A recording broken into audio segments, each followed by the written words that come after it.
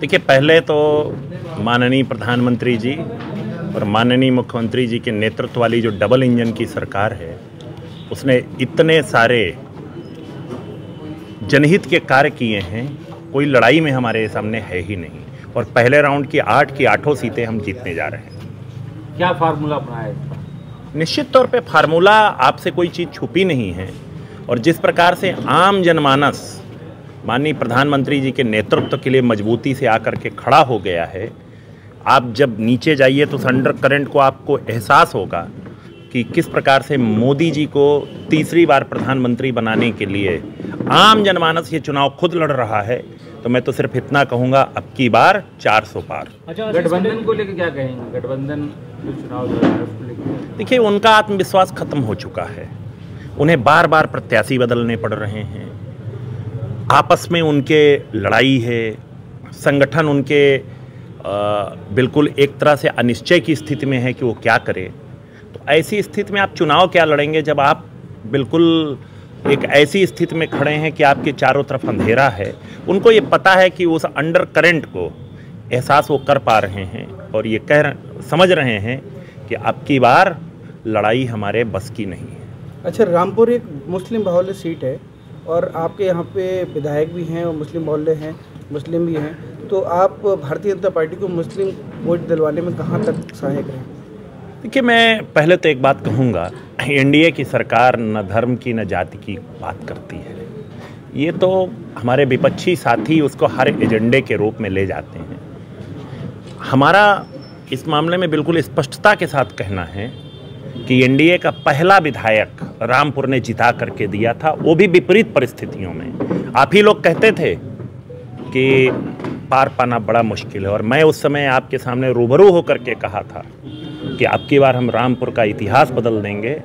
और मैं धन्यवाद देना चाहता हूं अंसारी जी को, हमारे माननीय विधायक जो हैं, इन्होंने जिस प्रकार से वंचित वर्गों का, चाहे वो किसी भी धर्म के हों, वंचित वर्गों के हितों की लड़ाई, उनको मूलभूत सुविधाएं देने का, उनको आवश्यकताओं की पूर्ति करने का जिस प्रकार से ये प्रयास कर रहे हैं, निश्चित तौर पे अब की बार वोट के रूप में रामपुर नया इतिहास लिखने जा रहा है। और आप जब 4 नवंबर को, वो 4 जून को जब नतीजे सामने आएंगे, तो आप जब गिनेंगे वोट तो आप कहेंगे ये कैसे हो गया। यहाँ पर और भी प्रत्याशी हैं, कुल 6 प्रत्याशी हैं, जिसमें 2 निर्दलीय हैं और 4 पार्टी से। क्या कहेंगे? प्राचार्य जी सुप्रीम कोर्ट के अधिवक्ता हैं, ईवीएम को लेकर बड़ा सवाल उठा रहे हैं और रोज कोई ना कोई खुलासा कर। देखिए, मेरा इस पे तो बड़ा साफ कहना है, इसी ईवीएम से तेलंगाना का चुनाव हुआ, वहाँ कांग्रेस जीती, वहाँ सवाल क्यों नहीं उठा? कांग्रेस ने कर्नाटक का चुनाव जीता, वहाँ सवाल क्यों नहीं उठा? तो ईवीएम उनके दिमाग में बैठ गया है, वो नीचे उनके पैरों के नीचे से ज़मीन खिसक चुकी है, जनता उनसे भाग रही, वहाँ उनका ध्यान नहीं जा रहा है, और वो ध्यान अपनी कमजोरियों को छुपाने के लिए तमाम प्रकार के बहाने बना रहे हैं। अच्छा, जिस तरीके से रामपुर आजम खाना गढ़ रहा है, लेकिन अभी भी वोटर बड़ा खामोश है, क्या कहेंगे? देखिए, किसी का गढ़वड़ नहीं है। जब आप जनता की सेवा करते हैं तो जनता आपका गढ़ बना देती है। अब जब सेवा से विमुख हो जाते हैं और सिर्फ लॉलीपॉप देते हैं तो कोई गड़बड़ बचता नहीं है। आशीष पटेल जी, भाजपा 400 पार कह रही है इस बार, कितनी उम्मीद लग रही है? उत्तर देखिए, एनडीए 400 पार, और एनडीए 400 पार होने जा रहा है, इसमें आपको भ्रम नहीं होना चाहिए। मैंने फिर कहा, एनडीए 400 पार, सब लोग मिलजुल करके लड़ रहे हैं। देखिए, रामपुर में आपने और भारतीय जनता पार्टी ने मिलके आजम खां के किले को नस्तनाबूद कर दिया है।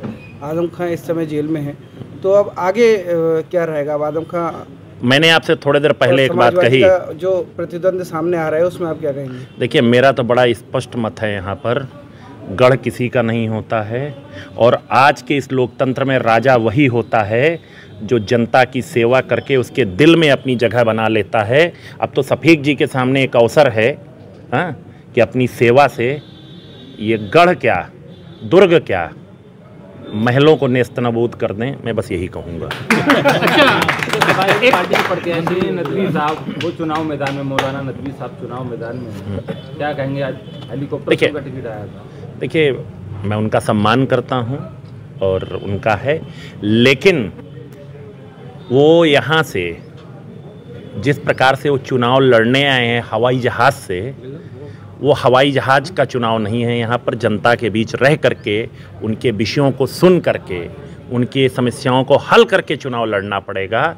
और ये वोट के नतीजे से आपको 4 जून को अपने आप पता चल जाएगा। पटेल साहब, विधानसभा स्वाद टांडा में एक नारा है विधायक जी के लिए, एक अकेला सब पर भारी विधायक शफीक अहमद अंसारी, क्या कहेंगे इस नारे को? मैं इतना कहूँगा, ये तो आपने छोटा नारा बनाया है। मैंने अभी थोड़ी देर पहले कहा आपसे कि इनके ऊपर निर्भर है कि ये गढ़ गढ़ी और महलों को ध्वस्त कैसे करते हैं।